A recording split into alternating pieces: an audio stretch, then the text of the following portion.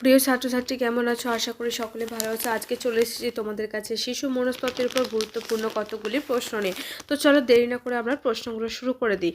দেখো, আজকের প্রথম প্রশ্ন কি বলেছে, ছাত্ররা কোনটি বেশি প্রত্যাশা করে একজন শিক্ষকের কাছ থেকে? কি বলেছে?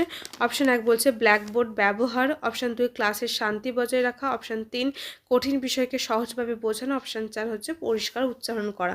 তো ছাত্ররা বেশি প্রত্যাশা করে একজন শিক্ষকের কাছ থেকে কিন্তু অপশান নাম্বার হবে 3, কঠিন বিষয়কে যিনি সহজভাবে বুঝিয়ে দেন তিনি কিন্তু সহজেই ছাত্রছাত্রীদের কাছে প্রিয় হয়ে ওঠেন। তাই অপশন নাম্বার 3 হলো এই প্রশ্নের সঠিক উত্তর। চলে যাচ্ছি পরবর্তী 2 নম্বর প্রশ্নে। ছাত্রদের ব্যক্তিত্ব বিকাশের জন্য একজন শিক্ষক বা শিক্ষিকা হিসেবে কোন ক্ষেত্রে আপনার বেশি নজর দেওয়া উচিত? অপশন 1 হচ্ছে প্রতিটি ছাত্রকে নিজস্ব লক্ষ্য পূরণে উৎসাহ দিতে হবে, অপশন 2 ছাত্রদের আত্মবিশ্বাস বাড়ানোর উপর জোর দিতে হবে, অপশন 3 বিদ্যালয় জীবনে এমনভাবে পরিকল্পিত করা উচিত যাতে ছাত্ররা নিজেদের উন্নত করতে পারে, এবং অপশন 4 উপরে সবকটিই দরকার। তো এই প্রশ্নের সঠিক উত্তর হবে অপশন নাম্বার হচ্ছে 4, সবকটি ঠিক। অপশন নাম্বার 4 হলো এই প্রশ্নের সঠিক উত্তর। চলে যাচ্ছি পরবর্তী 3 নম্বর প্রশ্নে। আপনার করা প্রশ্নের উত্তর শ্রেণীকক্ষে সমস্ত ছাত্রছাত্রী যদি ভুল করে তাহলে আপনি কি করবেন? অপশন 1 নিন্দা করবেন, অপশন 2 প্রশংসা করবেন, অপশন 3 শাস্তি দেবেন, এবং অপশন 4 বলছে প্রশ্নের উত্তর বলে দিয়ে তা ভালো করে বোঝানোর চেষ্টা করবেন। এই প্রশ্নের সঠিক উত্তর হয়ে যাবে অপশন নাম্বার 4, প্রশ্নের উত্তর বলে দিয়ে তা ভালো করে বোঝানোর চেষ্টা করবেন। অপশন নাম্বার 4 হলো এই প্রশ্নের সঠিক উত্তর। চলে যাচ্ছি পরবর্তী 4 নাম্বার প্রশ্নে। শিশুদের স্মৃতি বলতে বোঝানো হয় কি? অপশন 1 পড়া মনে রাখার ক্ষমতা, অপশন 2 নতুন বিষয় মনে রাখার ক্ষমতা, অপশন 3 শেখা বা অভিজ্ঞতা লব্ধ মনে রাখার ক্ষমতা, এবং অপশন 4 মস্তিষ্কের সক্রিয়তা। তো শিশুদের স্মৃতি বলতে কিন্তু বোঝানো হয় অপশন নাম্বার 3, শেখা বা অভিজ্ঞতালব্ধ বিষয় মনে রাখার ক্ষমতা। অপশন নাম্বার 3 হলো এই প্রশ্নের সঠিক উত্তর। চলে যাচ্ছি পরবর্তী 5 নাম্বার প্রশ্নে। পরীক্ষার হলে একটি বিষয় ভীষণভাবে মনে পড়লো না, কিন্তু এটা ভীষণ নয়, একটি বিষয় মনে পড়লো না কিন্তু পরীক্ষা শেষ হবার পর মনে পড়লো, এটিকে শিখন তত্ত্বে কি বলা হয়? একটি বিষয় যদি মনে না পড়ে এবং পরীক্ষার হলে থেকে বেরিয়ে এসে যদি মনে পড়ে, তো সেটাকে কি বলা হয়? অপশন 1 বলছে retrieval theory, option 2 late memory, option 3 occupation theory, এবং অপশন 4 ডিলেড মেমোরি। তো এই প্রশ্নের সঠিক উত্তর হয়ে যাবে option number 1, retrieval theory. Option number 1 হলে প্রশ্নের সঠিক উত্তর। চলে যাচ্ছি পরবর্তী প্রশ্নে। ছাত্রছাত্রীদের মানসিক চাপ ও পঠন পাঠন ভীতি কাটানোর জন্য নিচের কোনটি বিশেষ গুরুত্বপূর্ণ? অপশন 1 সহপাঠ্যক্রমিক কার্যাবলীতে উৎসাহ প্রদান, অপশন 2 সিলেবাসের বোঝা কমানো, অপশন 3 মূল্যায়নের ব্যবস্থার সরলীকরণ, এবং অপশন 4 উপরের সবকটি। তো প্রশ্নের সঠিক উত্তর হয়ে যাবে অপশন নাম্বার 4, উপরের সবকটি। চলে যাচ্ছি পরবর্তী প্রশ্নে। আইভ্যান প্যাভলভ কোন প্রাণীর উপর পরীক্ষা করেন? অপশন 1 বিড়াল, অপশন 2 মাছ, অপশন 3 কুকুর, অপশন 4 ইঁদুর।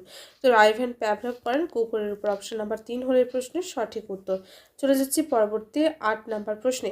বিদ্যালয়ের খুব অর্থ সংকট চলছে, এমতাবস্থায় মিড ডে মিলের ব্যাপারে কোন সিদ্ধান্তটি সঠিক?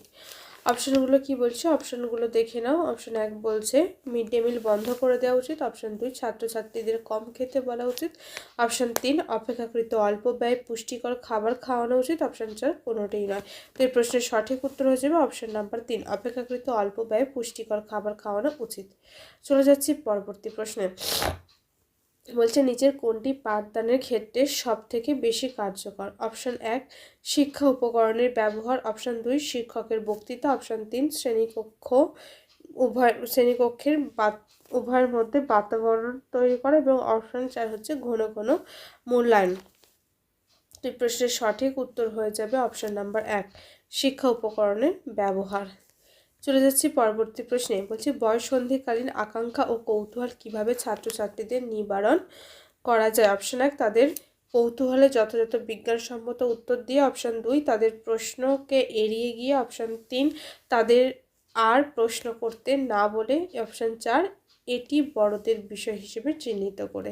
তো কিভাবে ছাত্রছাত্রীদের কৌতূহল আকাঙ্ক্ষা নিবারণ করা যাবে? তার সঠিক উত্তর হবে অপশন নাম্বার 1, তাদের কৌতূহল যথাযথ বিজ্ঞানসম্মত উত্তর দিয়ে। পরবর্তী প্রশ্ন বলছে বুদ্ধি সংক্রান্ত কোন বিবৃতিটি সঠিক? অপশন 1 বুদ্ধি আচরণের আপেক্ষিক স্থায়ী পরিবর্তন, অপশন 2 বুদ্ধি বংশগতির লব্ধ সংরক্ষণ, অপশন 3 বুদ্ধি বহুমুখী ক্ষমতা যাহা সামগ্রিকভাবে বুদ্ধির অভিক্ষা দ্বারা পরিমাপ করা যায় না, এবং অপশন 4 হচ্ছে বুদ্ধি চিন্তন ক্ষমতা ও সিদ্ধান্ত গ্রহণের ক্ষমতা। তো এই প্রশ্নের সঠিক উত্তর হয়ে যাবে অপশন নাম্বার 3 বুদ্ধি বহুমুখী ক্ষমতা যাহা সামগ্রিকভাবে বুদ্ধির অভিক্ষা দ্বারা পরিমাপ করা যায় না। অপশন নাম্বার 3 হলো এই প্রশ্নের সঠিক উত্তর। চলে যাচ্ছি পরবর্তী প্রশ্নে। বলছে নিচের কোন জোড়াটি অর্থপূর্ণ শিখন প্রক্রিয়া নয়? অপশন 1 বলছে পুনরাবৃত্তি অনুশীলন, অপশন 2 নির্দেশদার পরিচালনা, অপশন 3 অনুসন্ধান ও মিথস্ক্রিয়া, অপশন 4 মুখস্থ করা পুনরুদ্যোগ। তো এই প্রশ্নের সঠিক উত্তর অপশন নাম্বার 4। কোনটি জোড়াটি সঠিক নয় বলেছে, তো এটা মুখস্থ করা পুনরুদ্যোগ। অপশন নাম্বার 4 হলে প্রশ্নের সঠিক উত্তর। চলে যাচ্ছি পরবর্তী 14 নম্বর প্রশ্নে।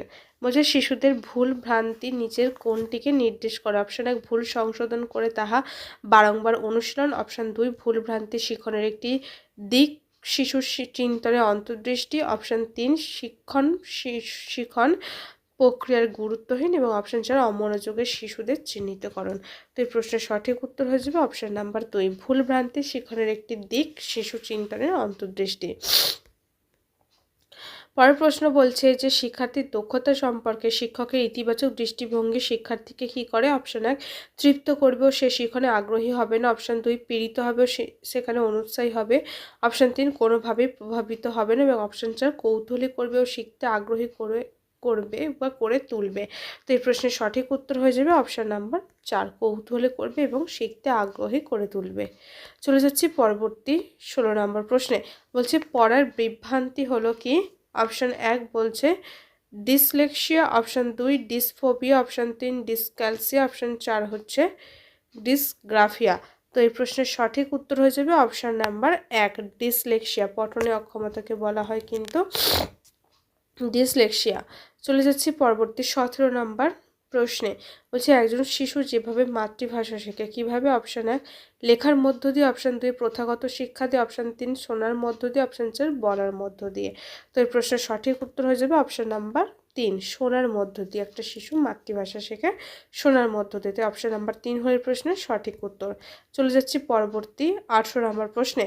বলছে নিচের কোনটি উৎপাদনশীল দক্ষতা শ্রেণীতে পড়ে? অপশন 1 বলা ও লেখা, অপশন 2 বলা ও শোনা, অপশন 3 পড়া ও লেখা, অপশন 4 পড়া ও শোনা। তো উৎপাদনশীল বলতে কিন্তু আমরা কিভাবে নিজেদের মনের ভাবটা প্রকাশ করি সেটা হচ্ছে অপশন নাম্বার 1 বলা ও লেখার মধ্য দিয়ে। অপশন নাম্বার 1 হলে প্রশ্নের সঠিক উত্তর। চলে যাচ্ছি পরবর্তী 19 নম্বর প্রশ্নে। বলছে ভাষা শিক্ষার ক্ষেত্রে সবথেকে বেশি গুরুত্বপূর্ণ কোনটি? অপশনগুলো কি বলেছে? অপশন 1 বলছে ভাষা শিক্ষার ক্ষেত্রে বই পড়া, অপশন 2 নাটক ও সিনেমা দেখা, অপশন 3 টিএলএম এর ব্যবহার, অপশন 4 সামাজিক মেলামেশা। যেহেতু ভাষা শিক্ষার ক্ষেত্রে বলেছে তাই অপশন নাম্বার 4 সামাজিক মেলামেশা হবে এই প্রশ্নের সঠিক উত্তর। চলে যাচ্ছি পরবর্তী 20 নম্বর প্রশ্নে। বলছে যে গল্পটি শিশুর ছাত্রছাত্রীরা পড়বে তাকে আবার পড়তে বলা শিক্ষককে যা নির্ধারণ করতে সাহায্য করবে তা হলো কি? মানে একটা গল্প শিশুরা পড়েছে তাদেরকে আবার পড়তে বলছে, এর মধ্য দিয়ে শিক্ষককে কি নির্ধারণ করতে সাহায্য করবে? উচ্চারণ, অপশন 2 বানান, অপশন 3 স্মৃতিশক্তি, অপশন 4 বোধশক্তি। তো এই প্রশ্নের সঠিক উত্তর হবে অপশন নাম্বার 4 বোধশক্তি। 21 নম্বর প্রশ্ন কি বলছে? বলছে মাইন্ড ম্যাপিং এর অর্থ কি? মাইন্ড ম্যাপ, অপশন 1 এটি ভ্রমণের পরিকল্পনা করা, অপশন 2 শিশুর মানসিক ধারণা তৈরি করার ব্যবস্থা, অপশন 3 পাঠ্যপুস্তক তালিকা প্রস্তুত করা, অপশন 4 মানচিত্রের অঙ্কন করা।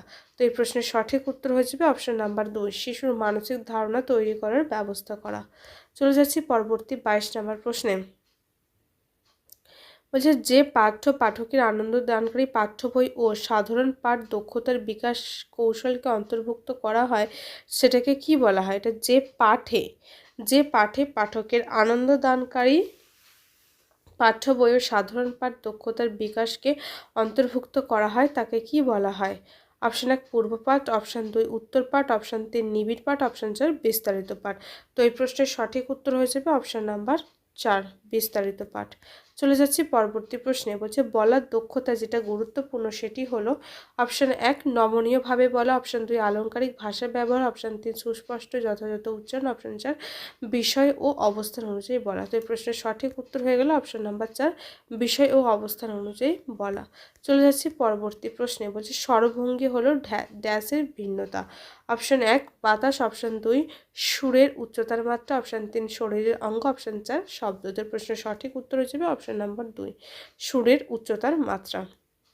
চলে যাচ্ছি পরবর্তী প্রশ্নে। বলছে লেখা হলো একটি ড্যাশ ও ড্যাশ একটি নয়। তো এই প্রশ্নের সঠিক উত্তর হয়ে যাবে অপশান নাম্বার কিন্তু সি পদ্ধতি ও উৎপাদন।